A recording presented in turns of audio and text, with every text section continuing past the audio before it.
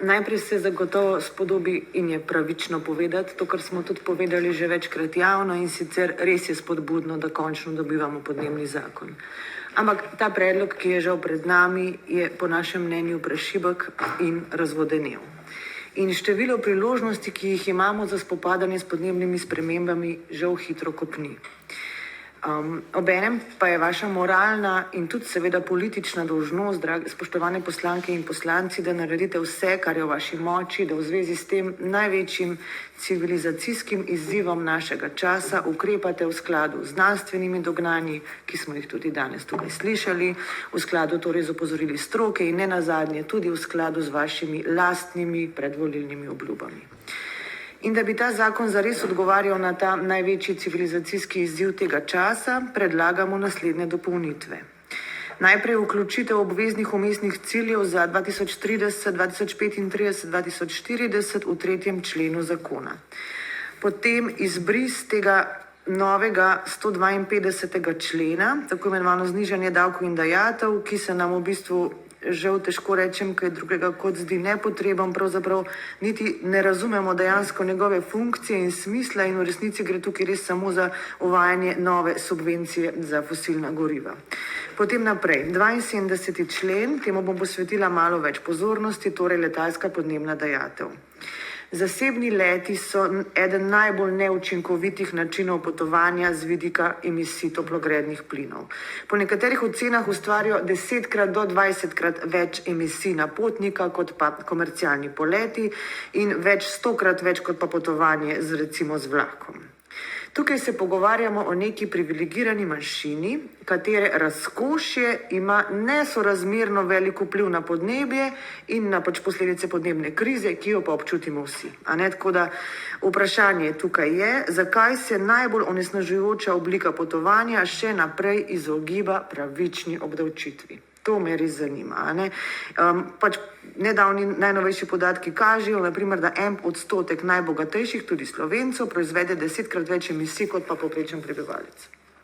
Tako da v prvi različici zakona je bila ta dajatev jasna, 250 evrov na potnika, in to bi tudi bilo v skladu s tem, kar uvajajo tudi druge države. Recimo Francija pa Španija sta že uvedli obdavčitev zasebnih letov, pri čemer pa potem ta denar usmerjata v podnebne ukrepe ali pa v javni promet, naprimer. Zdajšnja verzija zakona pa ta ukrep umili, lahko rečem, do neprepoznavnosti, do 250 evrov na vzlet oziroma pristanek, ne glede na to, koliko oseb leti, kam leti. In s tem ta dajatev izgubi svojo ekonomsko učinkovitost kot neko simbolno moč. In obdavčitev zasebnih letal ni kaznovanje, ampak je vprašanje pravične delitve odgovornosti. Ne moremo trditi, da delamo za pravičen podnebni prehod, če pa obenem ščitimo tiste, ki k podnebni krizi prispevajo največ. In to na način, ki ni niti potreben, niti ni življenjsko nujen. To ni osnovna mobilnost, ampak to je luksuz, ki mora imeti svojo ceno. In če podnebna politika ne vključuje tudi najbogatejših in najbolj potratnih, potem ni nepoštena, pa neučinkovita. Nazadnje, naprej, še proračunsko financiranje in podnebni cilji, ta bivši 72. člen. Tukaj se znajde ta v bistvu najbolj problematična, najbolj sporna in nenazadnje tudi najbolj absurdna zadeva v predlogu podnebnega zakona, to je ta ohranitev subvencij za fosilna goriva. Za to ohranitev ta trenutek res ne vidimo nobenega razloga več, ker ste ob izvolitvi, sklepam, vedeli tudi vi sami, pa ste do danes to pozabili. Naj vas opomnim, da ste v koalicijsko pogodbo zapisali, da so, citiram, fosilna goriva stvar preteklosti. Danes pa držimo pred sabo zakon, ki ta fosilni status quo ohranja. Jaz to razumem takole. Če bi šlo za zakon o javnem zdravju, bi zdaj razpravljali, ali bomo še naprej z javnim denarjem subvencionirali cigarete. Če bi bil to zakon o prehranski politiki, bi razpravljali o tem, ali je še smiselno z javnim denarjem subvencionirati sladke pijače.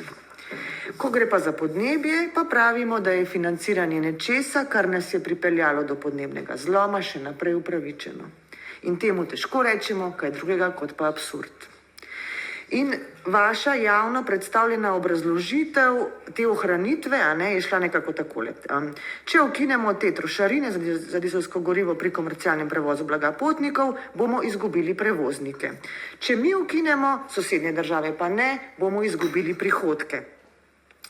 In glejte, to ni fiskalna odgovornost, ampak je politično popuščanje.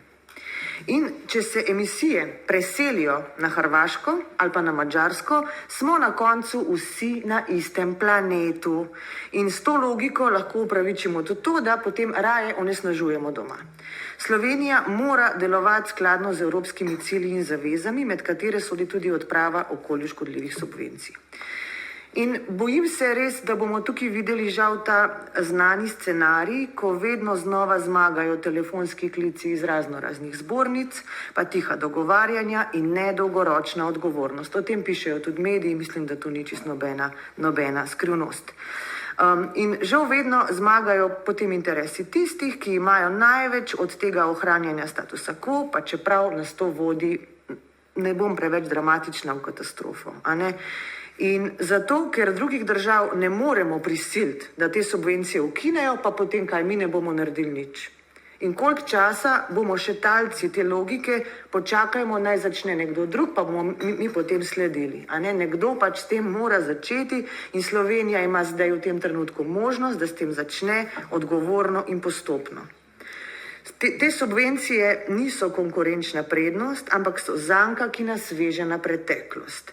In če ne bomo začeli postopno ukinjati teh ukrepov, že zdaj bomo čez nekaj let spet govorili o presenečenju in nujni krizi, ko bodo to od nas zahtevali drugi, že zdaj to zahtevajo oziroma nas opozarja Evropska komisija, recimo.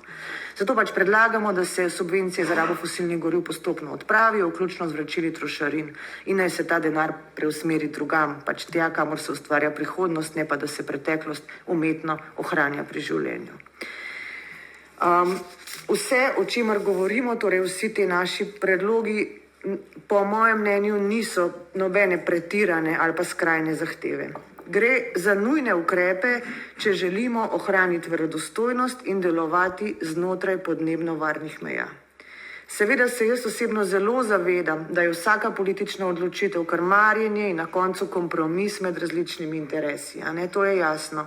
Ampak vas res prosim, da se tudi intimno vprašate, čigavi interesi so zastopani v tej različici zakona. Prosim vas, vprašajte se, ali res delate vse, kar je v vaši moči, da ukrepate skladno z vsemi znanstvenimi opozorili in priporočili, ki jih poznate oziroma jih morate poznati. Spoštovane poslanke, spoštovani poslanci, vaš glas danes ni le tehnično odločanje o nekih členih zakona. Gre za odločitev, a boste podprli zakon, ki kljub dolgoletnim obljubam in izjemno resni situaciji ohranja status quo, ali pa boste podprli amandmaje, ki zakon približajo temu, kar znanost in mednarodne zaveze in ne nazadnje tudi volivke pa volivci od vas pričakujemo. Hvala.